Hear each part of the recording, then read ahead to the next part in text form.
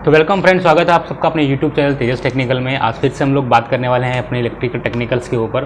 तो आज का हमारा टॉपिक है एल ए यानी कि लाइटनिंग अरेस्टर। बहुत इंपॉर्टेंट टॉपिक है, बीच में स्किप मत करिएगा।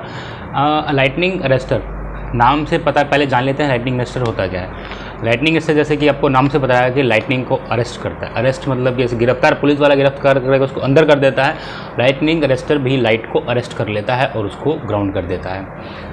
लाइटनिंग अरेस्टर आजकल हम जो फील्ड की जिस बारे में बात करने वाले हैं, मैं बात बता रहा हूँ आपको डिस्ट्रीब्यूशन ट्रांसफार्मर पे जो हमारे 11 के में यूज़ होता है। उसकी रेटिंग होती है 9 kV 5 k। ठीक, या तो टॉप पे लगते हैं या ट्रांसफार्मर के बिल्कुल नज़दीक लगते हैं, जहाँ पे हमारा मेन पार्ट जिसके प्रोटेक्शन के लिए लगाते हैं वो होता है हमारा ट्रांसफार्मर, तो उसके नियर बाई ही लगाया जाता है। ठीक, दो तरह के आपको मिलेंगे देखने को, एक होता है पोर्सिलिन का, एक होता है पॉलीमर। पोर्सिलिन का कैसा होता है, चीनी मिट्टी का, ब्राउन कलर का होगा, आपने देखा होगा, कुछ इस तरह की इमेज लगती है जो आपको इस तरफ दिखाई दे रही है। और दूसरा होता है एक पॉलीमर। पॉलीमर प्लास्टिक टाइप का रहेगा, स्काई ब्लू कलर का रहता है, वो भी ब्लू टाइप में, वो उसकी इमेज कुछ इस तरह की रहती है। चीनी मिट्टी वाला जल्दी टूट जाता है, जो पोर्सिलिन वाला आता है पॉलीमर गिरने पे भी डैमेज नहीं होता है, बेसिकली यही है। और एक बेसिक कुछ क्वेश्चंस हैं, जैसे कि हम बताते हैं कि एक लाइटनिंग अरेस्टर जो हमारा यूज़ होता है और एक होता है सर्ज अरेस्टर। कई तरह के लाइटनिंग अरेस्टर होते हैं, जैसे आपको बता देता हूँ, वो मैं आपको बाद में बताऊँगा कितने टाइप के होते हैं। लेकिन मैं जो मेरा टॉपिक आज डिस्कशन जो करने वाले हैं वो इसी के बारे में करने वाले हैं कि हमारा लाइटनिंग अरेस्टर और सर्ज अरेस्टर में कोई डिफरेंस होता है। हम नॉर्मली बोलते तो ये हैं कि लाइटनिंग अरेस्टर क्या होता है, क्या रेटिंग है 11 kV में, कितने kV का यूज़ करना, 9 kV का यूज़ होता है, ठीक है। लेकिन एक्चुअल में सर्ज अरेस्टर और लाइटनिंग अरेस्टर क्या अलग हैं।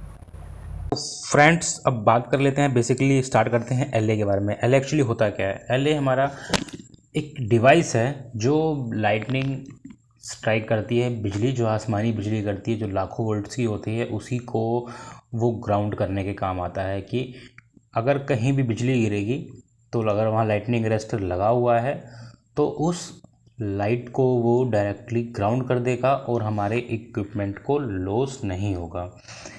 ये बेसिकली हमारा लाइटनिंग अरेस्टर का काम होता है। लाइटनिंग अरेस्टर आपने देखा होगा किसी बिल्डिंग में, इंडस्ट्री में बहुत हाइट पे लगाया जाता है और इसका काम यही होता है कि वो लाइट को आपको ग्राउंड करने के काम आता है। उसके बाद इसके टाइप्स के बारे में बात कर लेते हैं। टाइप हमारे यहाँ 12 टाइप के होते हैं basically lightning arrester.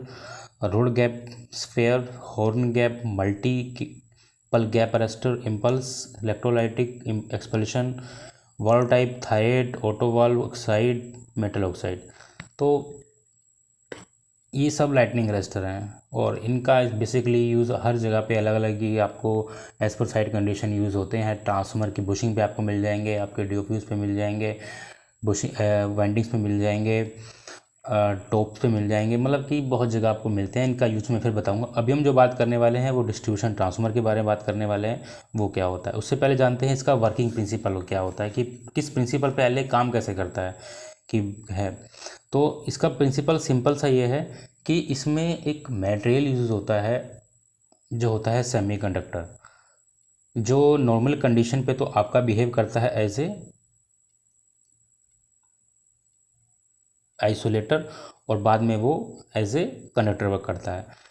Lightning arrester की आपकी बात बताऊँ तो लाइटनिंग अरेस्टर सिंपली क्या करता है, जब भी बिजली पड़ती है, सिर्फ लाइटनिंग अरेस्टर, हम लोग जब भी डिस्ट्रीब्यूशन ट्रांसफार्मर की बात करते हैं तो सिंपल वर्ड यूज़ कर देते हैं। लाइटनिंग अरेस्टर की कैपेसिटी क्या है, लाइटनिंग अरेस्टर क्या काम करता है, लेकिन एक्चुअली वो सर्ज अरेस्टर होता है। सर्ज अरेस्टर और लाइटनिंग अरेस्टर में डिफरेंस, बहुत बारीक सा डिफरेंस आपको बताता हूँ क्या क्या डिफरेंस होते हैं।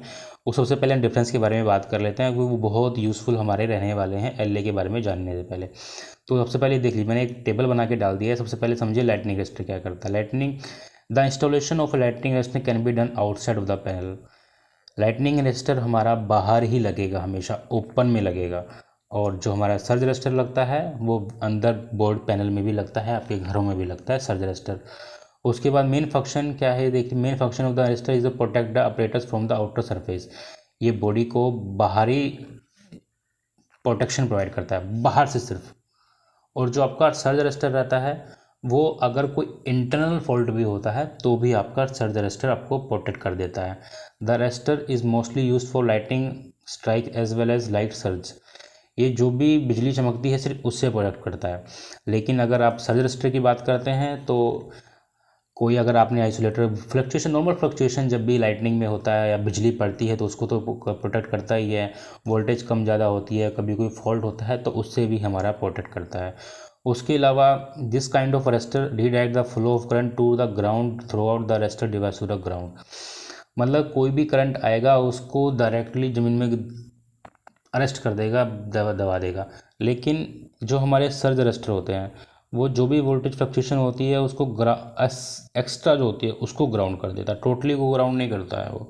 This type of arrester are rods, sphere, horn, multigap, electrolytic. ये हमारे कुछ टाइप के हैं, वो लाइटनिंग अरेस्टर हैं।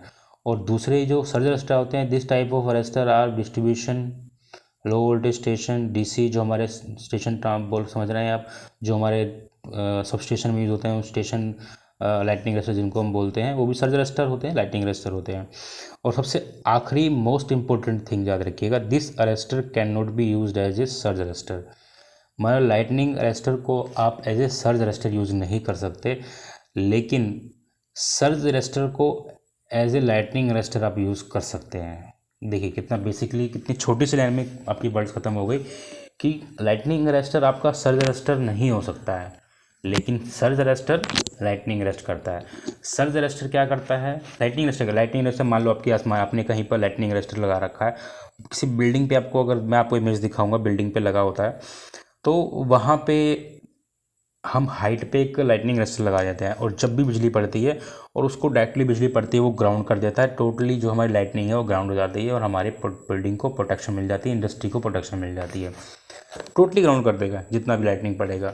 उसके अलावा लाइटनिंग सर्ज अरेस्टर की बात करें, जो हमारे डिस्ट्रीब्यूशन, हमारे इलेक्ट्रिकल फील्ड में हम जो यूज़ कर रहे हैं, ट्रांसफार्मर पे, सब स्टेशन में यूज़ होते हैं, वो सर्ज अरेस्टर होते हैं। वो क्या करते हैं, वो एक लिमिट तक, उनकी एक लिमिट है। अगर 11 kV का हमारा डिस्ट्रीब्यूशन ट्रांसफ़र का सब स्टेशन, आपको मैंने पहले वीडियो में बताया था, वहाँ पे अगर LA लगा हुआ है तो उसकी रेटेड वोल्टेज होती है वो 9 kV तक ऑपरेट करता है। उसकी रेटिंग कैपेसिटी जो होती है 9 kV होती है। 11 kV पे 9 kV रहता है। वो आगे बताऊंगा कि उस कैपेसिटी कैसे कैलकुलेट होती है, ठीक, इसी वीडियो में बताऊंगा। वो भी बहुत ही इंपॉर्टेंट थिंग है, वीडियो में बने रहिएगा, स्किप मत करिएगा, ठीक। वो 9 kV के बाद जितनी एक्सेस वोल्टेज आएगी उसी को ग्राउंड कर देगा। लाइटनिंग अरेस्टर टोटली को ग्राउंड कर रहा था, ये सी एक्सेस वोल्टेज जितने पे उसको रेट किया गया उससे नीचे वाली उससे ज़्यादा वाली वोल्टेज को ग्राउंड कर देगा। ये है सर्ज अरेस्टर।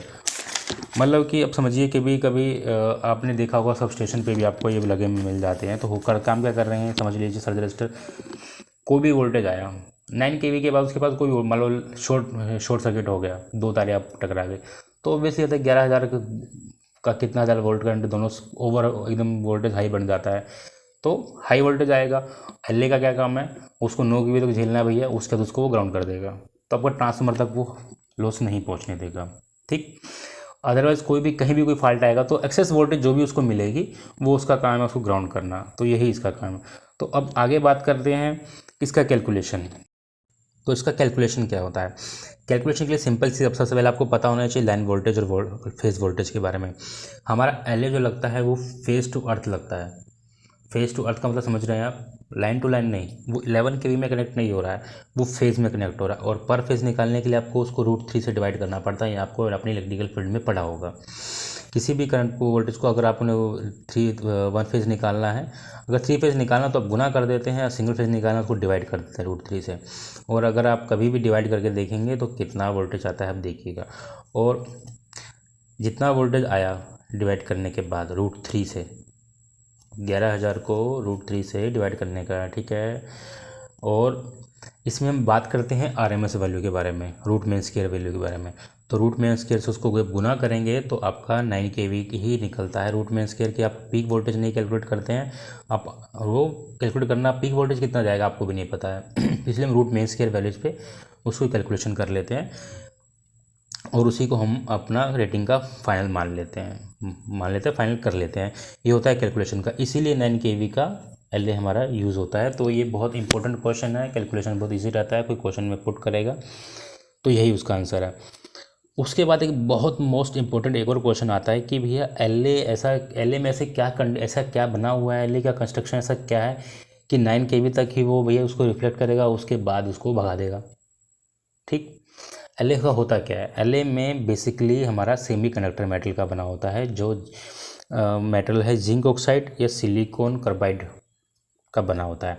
बेसिकली इनकी प्रॉपर्टीज़ यही होती हैं कि ये सेमीकंडक्टर प्रॉपर्टीज़ के होते हैं। सेमीकंडक्टर आपने पढ़ा होगा, अगर उनमें फ्लो ऑफ इलेक्ट्रॉन्स का जो रहता है वो कम रहता है, लेकिन जब वो वोल्टेज ओवर हो जाता है, आपने पढ़ा होगा, तो सेमी कंडक्टर भी automatic as a conductor path flow करना पड़ता है। जब भी ओवर वोल्टेज आता है उस रेटिंग पे उसको ऐसे इस तरह से डिज़ाइन किया जाता है कि जब भी वो 9 kV का आपका उस जिस भी रेटेड वोल्टेज पे, कोई भी वोल्टेज रेटेड हो उसकी 9 kV नहीं तो भी उसके बाद वो उसी एज ए कंडक्टर बिहेव करने लगता है। इसीलिए एलए यूज़ किया जाता है। तो ये एलए का बेसिकली आप लोगों को यूज़ मैंने बता दिया। सेमीकंडक्टर प्रॉपर्टीज़ होती हैं, 9 kV का क्यों लगता है, फंक्शन क्या होते हैं, सर्ज रेजिस्टर लाइटनिंग रेजिस्टर में क्या डिफरेंस होता है, यही बेसिकली डिफरेंस होते हैं। और उम्मीद करता हूँ कि इस वीडियो को पूरा अगर आपने समझा है, देखा है, तो आप लोगों को ये कम्प्लीटली पता लग गया होगा कि एक्चुअली में ये होता क्या है। अगर वीडियो आपको पसंद आया हो तो लाइक और शेयर जरूर करिएगा, ताकि और अगर आपका फिर भी कोई क्वेश्चन रह जाता है इस वीडियो के बारे में, लाइटनिंग रेजिस्टर के बारे में, तो मुझे ज़रूर बताइएगा। और कोई सजेशन हो तो प्लीज़ कमेंट बॉक्स में बताइएगा। तो मिलते हैं अगले वीडियो में एक मोस्ट टेक्निकल टॉपिक के साथ। धन्यवाद।